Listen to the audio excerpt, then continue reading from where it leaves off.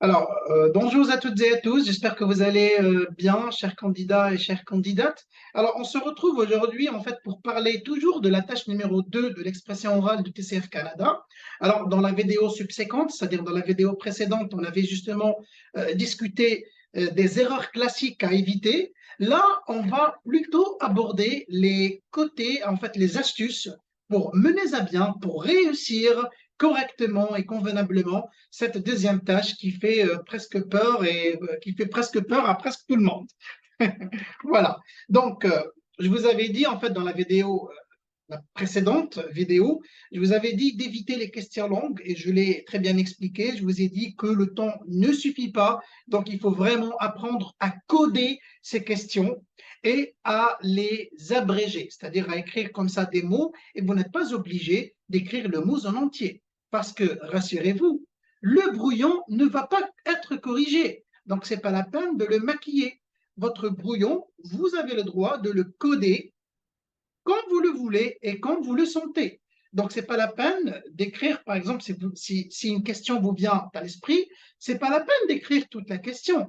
Écrivez juste le mot clé sur lequel, en fait, vous voulez vous baser pour poser votre question. Donc, astuce numéro 1, vous avez le droit de coder votre brouillon et de ne pas écrire des phrases comme ça interminables parce que tout compte fait, à la fin, votre brouillon, c'est votre brouillon. L'examinateur va le déchirer à la fin de la passation. Donc, ce n'est pas la peine de trop comme ça le styler. D'accord? Ça, c'est l'astuce numéro 1. Astuce numéro 2. Alors, chers candidats et chères candidates, veillez à bien identifier et surtout à bien mettre en valeur les mots-clés qui vous seront qui accompagnent toujours les thèmes ou les sujets qu'on va vous donner.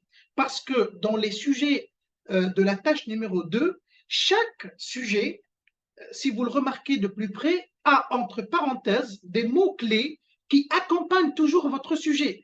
Donc ça, en fait, c'est des mots-clés sur lesquels il faut directement se focaliser et se baser pour justement poser vos questions.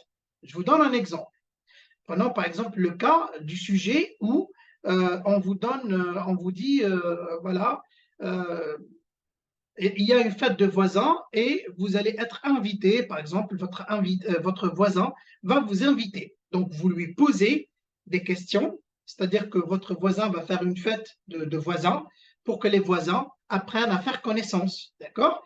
Donc là, l'examinateur vous dit, vous posez des questions, vous me posez des questions à moi, c'est-à-dire que je suis votre voisin, et entre parenthèses, vous allez trouver les mots, par exemple, déroulement, fête, menu, plat, enfant, voisinage. Donc tout ça, en fait, c'est des mots-clés, mes chers amis. Il ne faut pas les mettre de côté. Non, il faut absolument les prendre, les identifier, et vous allez les noter sur votre petit brouillon.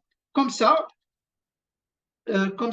pardon, comme ça, vous n'allez pas écrire de questions trop longues, mais seulement poser les questions ou la question en rapport directement avec le mot-clé que vous avez identifié. D'accord? Ça, c'est l'astuce numéro 2.